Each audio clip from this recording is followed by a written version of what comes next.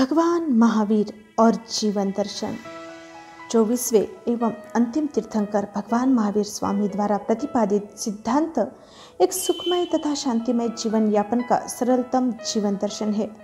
उन्होंने इंद्रवत स्वर्गीय वैभव को भोगते हुए देखा कि संसार का प्रत्येक प्राणी दुखी है, कोई किसी एक कारण से तो कोई अन्य कारण से। वे हमेशा चिंतन मनन करते रहे। अपने संकल्प के अनुसार उन्होंने 28 वर्ष तक विदुषी माता त्रिशला देवी व पिता श्री सिद्धार्थ राजा की सेवा शुश्रूषा की। पश्चात अग्रज भाई नंदीवर्धन की आज्ञा लेकर 30 वर्ष की पूर्ण यौवनावस्था में राज्य वैभव को तृणवत त्याग कर अकिंचन बन गए। वे 12 वर्ष तक कठोर तप एवं संयम में लीन रहे। 42 वर्ष की अवस्था में उन्हें केवल ज्ञान प्राप्त हुआ। तब उन्होंने संसार के प्राणियों को दुखों से मुक्ति की राह बताई। उन्होंने कहा, धम्मो मंगलमुकिट्ठम अहिंसा संयमो तवो। अहिंसा संयम तप रूप धर्म सर्वश्रेष्ठ मंगल है। यही संसार के सभी प्राणियों का मंगल एवं कल्याण कर सकता है। सर्वे जीवा भी इच्छन्ति जीवी न मरी जीवम। संसार के सभी जीव जीवन की इच्छा करते हैं, मरने की इच्छा कोई नहीं करता। जो व्यक्ति प्राणियों की स्वयं हिंसा करता है, दूसरों से हिंसा करवाता है और हिंसा करने वाले का अनुमोदन करता है, वह संसार में अपने लिए वैर भाव को बढ़ाता है। हिंसा से हिंसा को नहीं जीता जा सकता है। हिंसा को अहिंसा से, क्रोध को प्रेम से, अविवेक को विनय से ही जीता जा सकता है। खून से सना वस्त्र खून से धोने से शुद्ध नहीं होता है। हिंसा ही संसार के प्राणियों के दुख का कारण है। अनादिकाल से चला आ रहा अविवेक और अज्ञान उसके संताप का कारण है। अज्ञानता के कारण जीव प्राप्त शरीर से राग व प्रीति करता है और अन्य जीव जो उसके इच्छित कार्य में बाधक होता है उससे द्वेष व ईर्ष्या करता है। इन राग द्वेष मूलक हिंसा की भावनाओं के फलस्वरूप प्रत्येक जीव अनादिकाल से दुख भोगता आ रहा है। किसी भी जीव को दुख व सुख देने वाला अन्य जीव नहीं, अपितु पूर्व में किए हुए स्वयं के कर्म ही है। इन पूर्व संचित कर्मों को क्षय करने के लिए कुछ अधिक साधना, संयम, तप, स्वाध्याय, चिंतन व मनन करना चाहिए। मनुष्य सुख प्राप्त करने की इच्छा में दूसरे प्राणियों को कष्ट पहुंचाता रहता है। अपने स्वाद एवं मनोरंजन के लिए मनुष्य दूसरे प्राणियों की हत्या कर देता है। यह प्रत्यक्ष हिंसा है, जबकि लालच के वशीभूत होकर खाद्य पदार्थों में मिलावट करके परोक्ष रूप से कष्ट पहुंचाता है, यह परोक्ष हिंसा है। प्रत्यक्ष और परोक्ष रूप से कष्ट पहुंचाकर वह व्यक्ति अपने लिए अशुभ कर्मों का संचय करता है। इसीलिए तीर्थंकर भगवान महावीर स्वामी ने अहिंसा व्रत को प्रथम स्थान प्रदान किया। अहिंसा व्रत के पालन के लिए उन्होंने सत्य, अपरिग्रह, अचौर्य और ब्रह्मचर्य के नियमों के पालन का मार्ग बताया। उन्होंने आगार व अनगार धर्म की स्थापना की।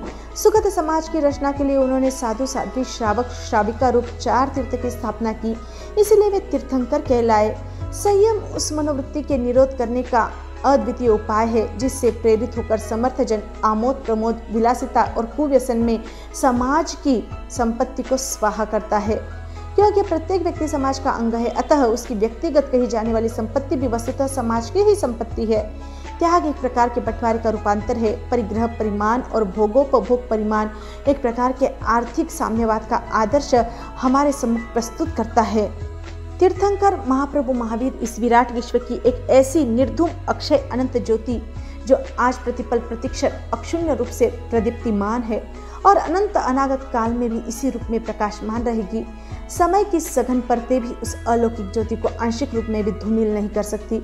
उस अखंड अलौकिक ज्योति से अतीत काल में भी जनता जनार्दन लाभान्वित हुई थी और अभी भी हो रही है तथा भविष्य में भी उससे ज्योतिर्मान होती रहेगी। उस ज्योति का अक्षरशः वर्णन करना मति और शक्ति से सर्वथा परे है। भगवान महावीर स्वामी बहुआयामी विराट व्यक्तित्व के प्राणवान महिमा मंडित महापुरुष थे। उनके जीवन के विविध पहलू वस्तुतः वर्णनातीत है। उनका अध्यात्म साधना की सौरभ से सुरभित जीवन सचमुच में मनोरम उपवन रहा। जो भी उनके चरणों में पहुंचा उसका जीवन भी महक उठा और वह उनके प्रतिबोध से अंतर जगत का प्रशस्त यात्री बन गया। सुबह का भूला व्यक्ति शाम को अपने घर में अर्थात आत्मगृह में पहुंच गया। उदाहरण के रूप में हम मेघ कुमार के जीवन का स्मरण कर सकते हैं। सर्प जैसा उपद्रवकारी जीव भी प्रभु भगवान महावीर स्वामी का संक्षिप्त उद्बोधन पाकर अपनी क्रूरता को तिलांजलि दे देता है। अपने चंड रूप को छोड़कर क्षमा धर्म को अंगीकृत कर लेता है, जिससे वह जनता द्वारा पूजित होता है। इतना ही नहीं, परिणाम स्वरूप वह सर्प अपने आगामी भाव में देव बन जाता है। अर्जुन माली जैसा हत्यारा जो एक लोहे के रूप में था, वह भी प्रेरणास्पद पारस का संस्पर्श पाकर स्वर्ण के रूप में परिणत हो जाता है। उसके जीवन का हर कण वैडूर्य रत्न की भांति जगमगा उठता है। इंद्रभूति गौतम, जो ब्राह्मण परंपरा का सक्षम व्यक्तित्व था और अपने युग का कर्मकांडी ब्राह्मण के रूप में विश्रुत रहा था, वह भी प्रभु भगवान महावीर स्वामी के समूह शरण में छात्र समुदाय के साथ पहुंचता है और प्रभु भगवान महावीर स्वामी के आभा मंडल को निहार कर विस्मय से मुक्त हो उठता है। वह प्रभु महावीर से शास्त्रार्थ कर पराजित करने की प्रबल भावना से पहुंचा था, किंतु प्रभु ने इंद्रभूति गौतम को सन्निकट आता देखकर इतना ही कहा, हे इंद्रभूति गौतम, तुम्हारे मन में आत्मा के विषय में संदेह है। इंद्रभूति गौतम ने जो ही ये सुना, उन्हें अपार आश्चर्य हुआ कि कुंडलपुर के राजकुमार वर्धमान महावीर ने मेरे मनोगत गुप्त संशय को प्रकट कर दिया। वास्तव में प्रभु महावीर अनंत ज्ञानी है और वह प्रभु भगवान महावीर स्वामी का सर्वात्मना समर्पित शिष्य बन गया। भगवान महावीर स्वामी की कल्याणी वाणी जन जन के मन मन को जागृति का अमर संदेश देती है। उनकी दिव्य वाणी में अहिंसा, अपरिग्रह और अनेकांत यह अकारत्रयी अभिगुंजित हुई थी, जिससे जन चेतना भी परिझंकृत हो उठी। विनम्र भाषा से निवेदित करते हैं कि अहिंसा की गंगा, अपरिग्रह की यमुना और अनेकांत की सरस्वती का जिस व्यक्ति के जीवन में संगम हुआ है, उसका जीवन वस्तुतः प्रयाग तीर्थ के रूप में बन गया। अहिंसा आचार प्रधान भी है और विचार प्रधान भी है। अहिंसा न केवल विचार तक ही सीमित है, अपितु वह आचरणीय भी है। जब वह जीवन में आचारात्मक रूप में साकार होती है, तब वह धर्म के रूप में दृष्टिगत होती है। इसी दृष्टि से अहिंसा परम धर्म है, उत्कृष्ट मंगल है, धर्म रूपी सुरम्य प्रासाद की आधारशिला है, अध्यात्म साधना का महाप्राण है, मन का माधुर्य है तथा जीवन का सौंदर्य है।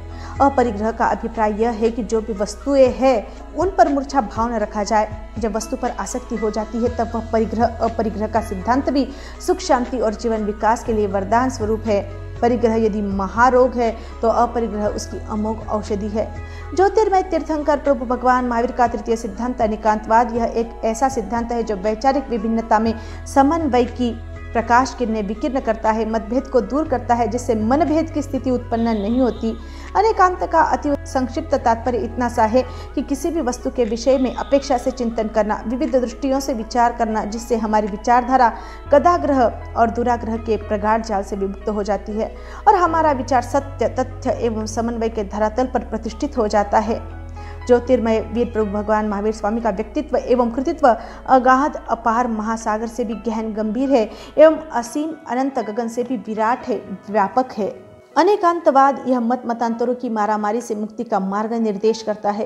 प्रत्येक वस्तु में भिन्न भिन्न अपेक्षाओं से बहुत से गुण होते हैं। उनमें से कुछ गुण एक दूसरे के विरोधाभासी भी प्रतीत होते हैं। जैसे राम अपने पिता की अपेक्षा से पुत्र है और अपने पुत्र की अपेक्षा से पिता है, इस तरह राम एक ही समय में पिता भी है और पुत्र भी है। यदि कोई व्यक्ति हट करने लगे कि राम केवल पिता ही है, तो यह उसका दुराग्रह होगा। इस संदर्भ में एक हाथी और 6 नेत्रहीनों की कहानी भी स्मरणीय है।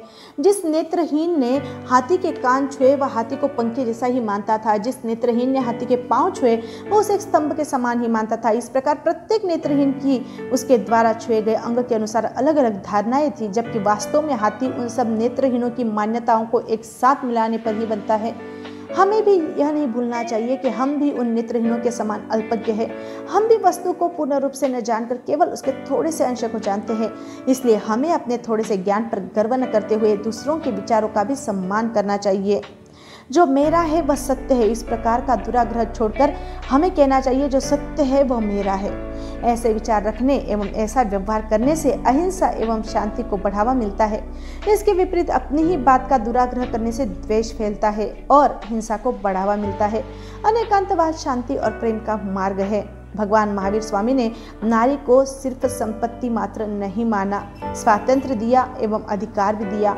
उन्होंने ब्रह्मचर्य अनुव्रत की स्थापना कर नारी को स्वतंत्र सत्ता प्रदान की है। धार्मिक विषयों के संबंध में स्त्रियों को पूर्ण रूपेण स्वतंत्र एवं स्वावलंबी बताया था। धर्म प्रत्येक व्यक्ति का, चाहे वह स्त्री हो या पुरुष, व्यक्तिगत विषय है। एक स्त्री भी अपने पति अथवा अन्य किसी संबंध की अपेक्षा के बिना धार्मिक क्रियाओं को संपन्न कर सकती है। यही कारण था कि उनके संग में साध्वियों और श्राविकाओं की संख्या साधुओं और श्रावकों की अपेक्षा अधिक थी। उनके संग की साध्वियों की प्रमुखा एक कुमारी कन्या महासती चंदनबाला थी। इस प्रकार जब वैदिक ऋषि स्त्रियों को हर प्रकार से पुरुषों की मुखापेक्षी मानते थे, उस काल में तीर्थंकर भगवान महावीर स्वामी ने स्त्रियों की स्वतंत्रता एवं समान अधिकार की घोषणा की थी। इस तरह भगवान महावीर स्वामी का चिंतन दर्शन समग्र सुखद जीवन दर्शन है। आज उनके दर्शाए मार्ग का अनुसरण कर हम सभी अपना जीवन मंगलमय एवं सुखद बनाने का प्रयास करें। जय आनंद।